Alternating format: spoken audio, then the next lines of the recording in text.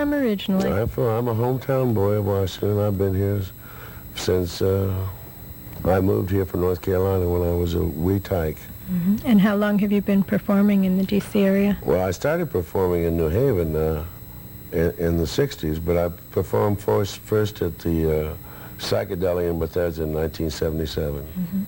And how did you get your name? How did you come to be called Root Boy Slim? Well, I was first Prince Lala in the 60s, but Percy Uptight named me Prince Lala, and Percy Uptight became Rattlesnake Rattles, and he named me Root Boy Slim.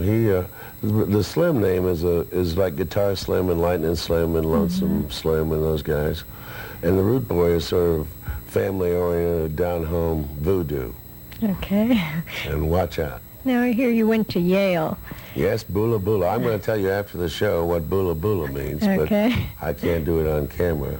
What was your major at Yale? My major at Yale was straight pool. I was initially a pre-med, but you wouldn't want me to be a doctor, would you?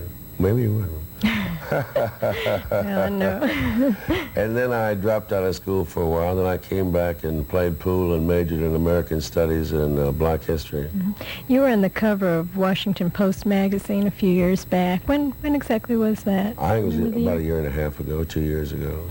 And they said you were the first hippie at Yale. Is that true? Well, it was in 1963, and these friends of mine from San Francisco came back my sophomore year at Yale with these little bitty pills, and they said this guy named Stanley Owsley made them, and we took them, and I haven't been the same since. It was LSD 25 that he made, and I don't know if taking LSD makes you a hippie, but it certainly gives you a leg up on it.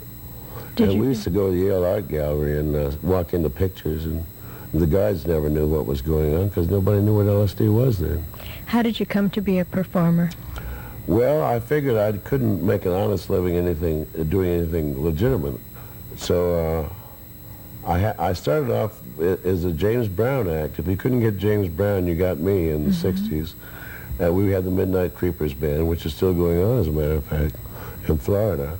And I wore a leopard skin tuxedo and gold lame cape and a processed hair. And we did Otis Redding and James Brown and Wilson Pickett songs. And how did you come to do the act you do today? Well, no one else really wanted to do it. You know, I mean, Reverend Billy Wirtz gave me a straitjacket years ago, and he said, "Slim, go out there and knock 'em dead," and I did.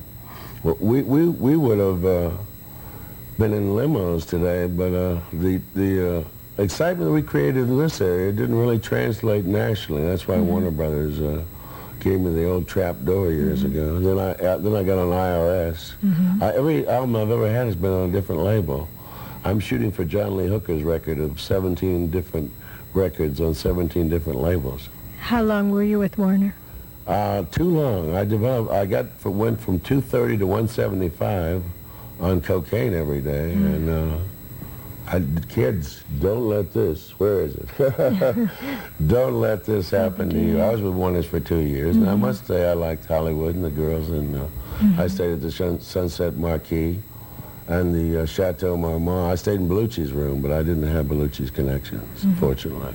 Do you think it was because of drugs that you lost your recording contract? Probably. I think the real reason is, Diana, that I don't have any talent. I was a class clown in high school, and I've gotten a job at it now.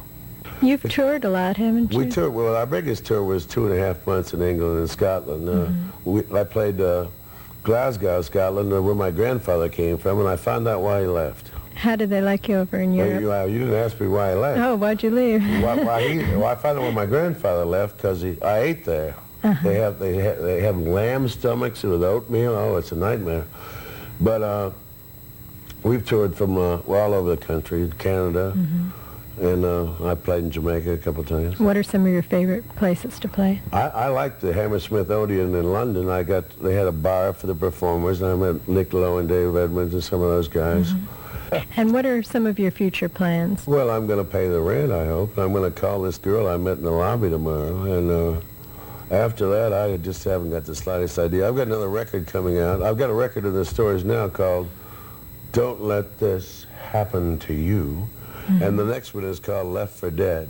You see we have all these upbeat record themes. And I'm just going to go home and hook myself up to my respirator and watch basketball. And where can we go to see you in the D.C. area perform? Well, I perform mainly at 3 clubs in D.C. I perform at the Roxy Club, which is our home base in D.C. And the East Side, we just started performing there. And we're at Twist and Shout sometimes. And usually we're out of town because I'm wanted in the district for, well, I can't go into why I'm wanted. Although I'm driving again. I've got my learner's permit. I'd show it to you if we had time. But I get that. So if you're out there driving, Diana, keep in mind that I'm out there too. Okay, we'll all be careful. Well, it's been really nice having you on the show, and we want to wish you a lot of good luck in the future. Well, do we get to go to the Dixieland Motel now? Oops, I spilled my martini all over the blue suede interior of my new Lincoln. The Lincoln just so goes, I think I'll give it to Junior and get myself a roll.